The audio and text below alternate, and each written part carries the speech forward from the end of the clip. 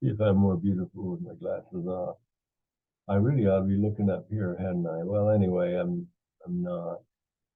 Well, when I was about a sophomore in high school, I met this little girl and we talked, and she was so easy to talk to, and I really enjoyed her. And uh, she went to PE right by my locker when I was at the locker every day, and so we'd always spend time there, and we were usually always late to our classes. Next thing you knew, I started dating her, and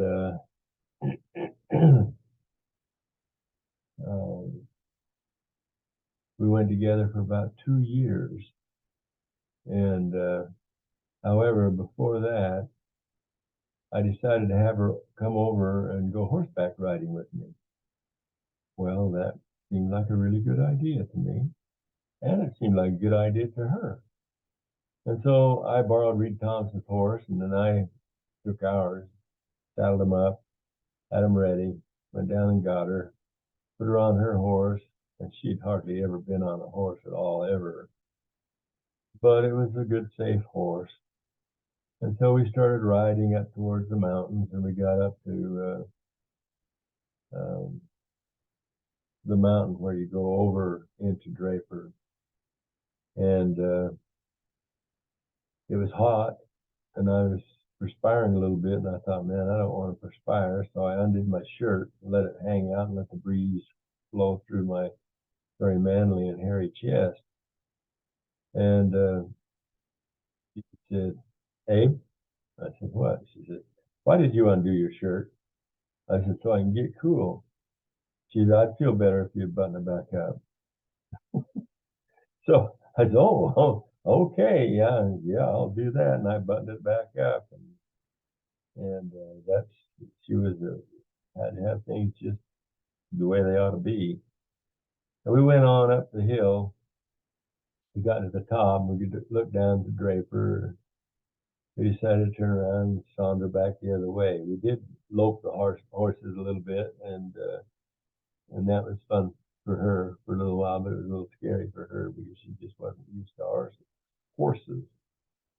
And on the way back down, I was behind her, and I saw her horse step over a great big rattlesnake.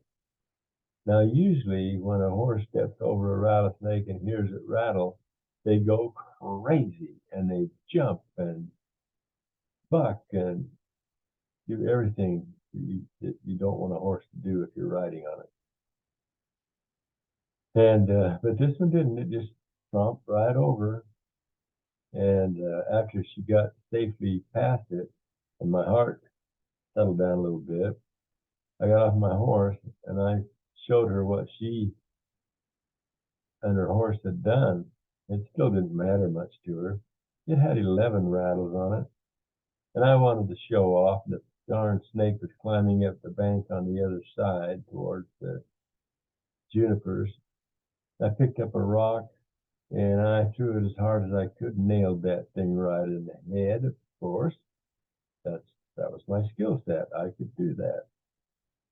And it probably killed it, but I just kept throwing things at it till I had rocks piled all over it.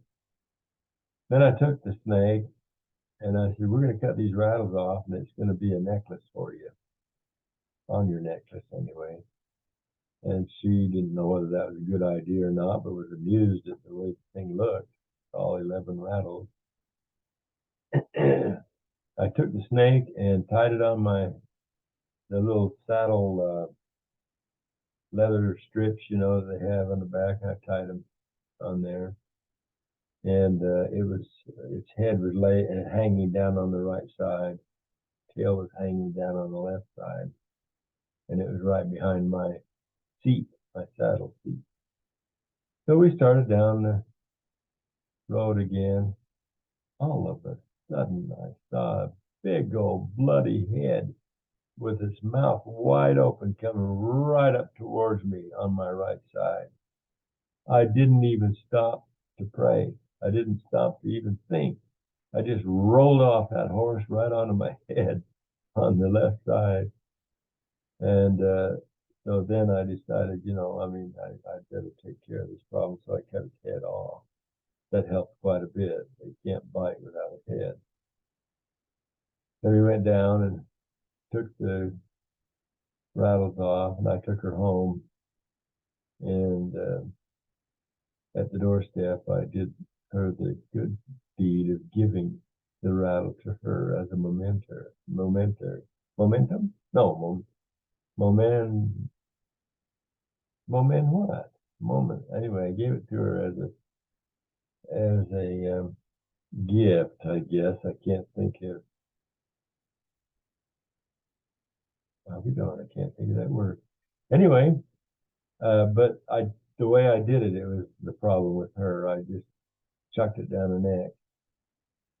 Dumb, dumb, dumb, dumb, dumb. I almost lost my eternal mate by doing that. But anyway, we laugh about it now, but it wasn't funny then. She was a wonderful gal then, and I have to tell you about her in high school. She was um, FFA queen. She was the she was a forensic speaker. She took state at it. She was always in school politics. She was always a secretary or something like that. And she was also they had three or four, I think, something like that, valedictorians instead of just one. But she was one of them and had to speak at the graduation. So she's quite a gal, quite a catch for me. Not only that, but the greatest thing about her was she was really solid in the church. She loved the church. She loved God.